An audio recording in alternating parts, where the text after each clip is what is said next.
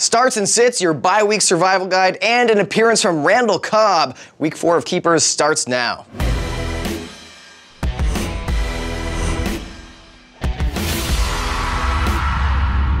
Welcome to Keepers. It's week 4 in the NFL, and there are 6 NFL teams on bye. 6! Why? I'll tell you why.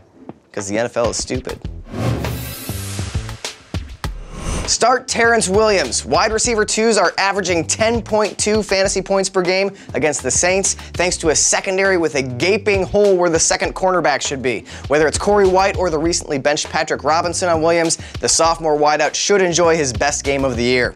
Sit Cam Newton. What separates Newton from other fantasy quarterbacks is the added value he gets from rushing the ball, except he only has 6 carries in 2 games. It's clear the Panthers are protecting his injured ribs. Add in the weak receiving core and a Ravens defense that's allowed a league-low 2 passing touchdowns, and you should look for a better option. Start Donald Brown. Injuries to Ryan Matthews and Danny Woodhead have left Brown as the Chargers' only viable running back, so yeah, he'll carry the load at home against the embarrassing Jacksonville D. Start Steve Smith. I didn't think he'd be a viable option this year, and that's the price I pay for underestimating Steve Smith when he's motivated by vengeance. The 34-year-old is averaging 6 catches and almost 100 yards per game, and this week he faces the team that cut him.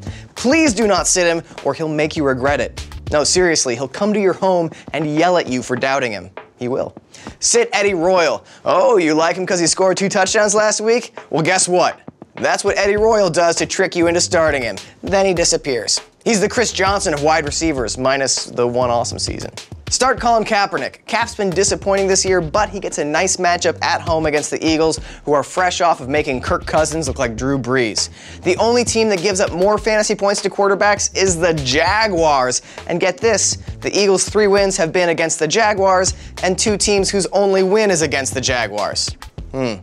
Sit Chris Johnson. Ndamukong Suh and company are the 2nd best rushing defense in the league. And with Chris Ivory getting the bulk of the work in the running game, you would need Johnson to break a long screen pass for him to have any value. Plus, it's Chris Johnson. You don't need someone else to tell you to sit him. I just like a freebie every now and again. Start Ahmad Bradshaw. If you have a PPR league, Bradshaw is one of the best waiver pickups of the year. Even if the Colts refuse to abandon their running back by committee, which is probably wise given Bradshaw's injury history, Bradshaw will be the superior fantasy play because he's getting more red zone looks and because he's not Trent Richardson.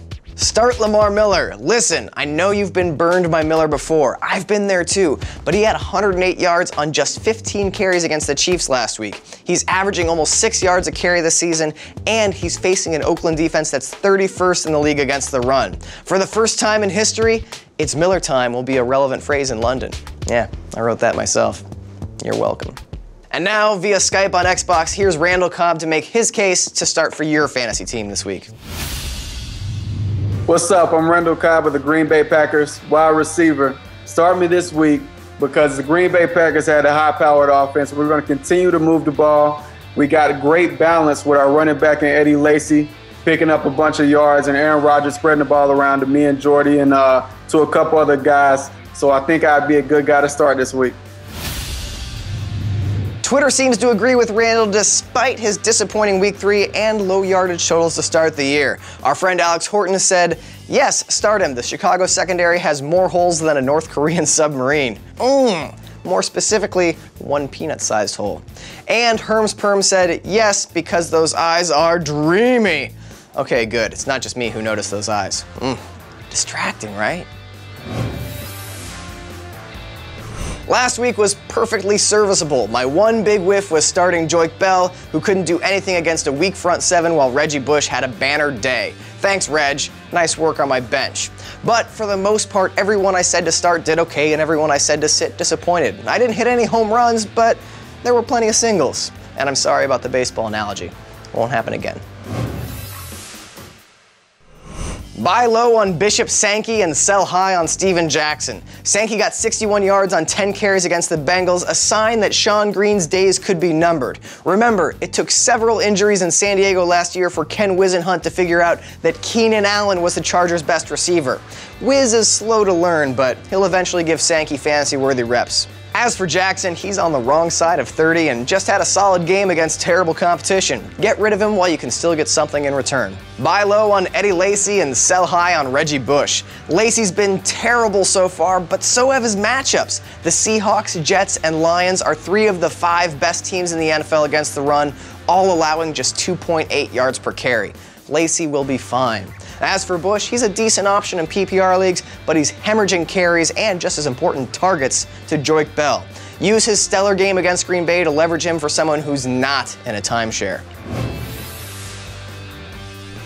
Hire Owen Daniels and fire Jordan Reed. In the wake of another Dennis Pitta hip injury, Daniels will step into his place. And though the 31-year-old doesn't get separation the way he used to, he's still a solid red zone target with a well-established relationship with offensive coordinator Gary Kubiak. And as for Reed, he can't stay healthy, and Niles Paul has made a pretty strong claim to the starting job even if he could get cleared to play. Hire Greg Jennings and fire Dwayne Bowe.